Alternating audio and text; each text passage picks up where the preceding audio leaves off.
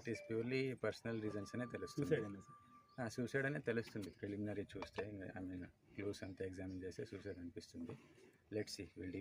సంఘటన స్థలంలో అమ్మాయి ఉంది కదా sir, personal things, personal reasons ఉంది. లెట్స్ నాట్ ఇప్పుడే తెలియక ముందే మొత్తం అన్నీ చెప్పకూడదు. ప్రిలిమినరీ అవన్నీ ఇప్పుడు what all we got to know ప్రిలిమినరీగా అది అన్నీ అనిపిస్తుంది పర్సనల్ రీజన్స్ అని. లెట్స్ ఐ మీన్ కొన్ని ప్రైవేట్ ఇష్యూస్ ఉంటాయి కదా, లెట్స్ కీప్ ఇట్ ప్రైవేట్.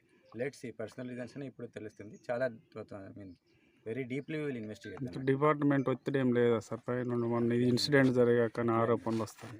ఈ కేమ్ ఆన్ విల్లింగ్లీ ఓన్లీ. ఇప్పుడు వాజేడు ఎస్ఐగా పని చేయాలని చాలా యాక్చువల్లీ ఇంట్రెస్ట్ ఉండే ఆయనకి, ఈ ఏరియాలో పని చేయాలని. ప్రీవియస్లీ ఆల్సో సెకండ్ ఎస్ఐ కూడా ఇక్కడ పని చేశాడు.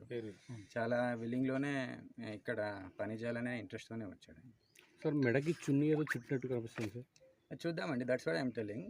ప్రిలిమినరీగా నేను చెప్తున్నాను, I'm not confirming. Let's see.